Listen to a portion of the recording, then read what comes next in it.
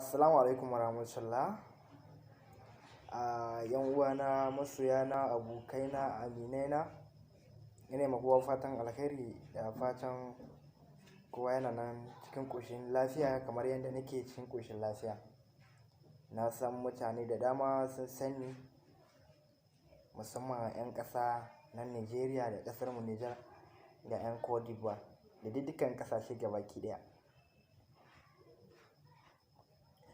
So sanarwa ce gare ni a gare ku masoyana masu bibiyar waƙoƙina, dukkan abun da ya dame ni, yanda idan abu ya dame ni kuke taya ni baƙin ciki, ina godiya sosai. Idan abu kuma na murna zai same ni, kuke nuna mini murna sosai, kuke taya ni farin ciki kenan. To ina farin cikin sanar da ku da sabon albina wanda zan saki a cikin wannan lokaci mai zuwa, amma ban ce yau ko gobe ba, ban ce wata mai fita ba ko fata na gaba ko kuma cikin wannan fata, ban ce ba. Na dai ce cikin wannan lokaci kenan, akan lokaci, idan Allah ya kai mu ya nuna mana kuma muna da raye kuma muna cikin ƙoshin lafiya.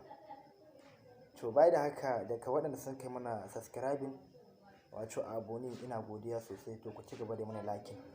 Waɗanda kuma ba su yi mana ba, muna son ku je a YouTube channel ɗin nawa mai suna Limamin Waƙa Nijar, ku yi subscribing, ku yi like. Wannan gamin waɗannan waƙoƙin da za su fito ba sa da wasa, suna nishaɗantarwa, suna sa ku farin ciki. Ku dai ku je a YouTube ɗin nan mai suna Limamin Waƙa Nijar. Na gode sosai.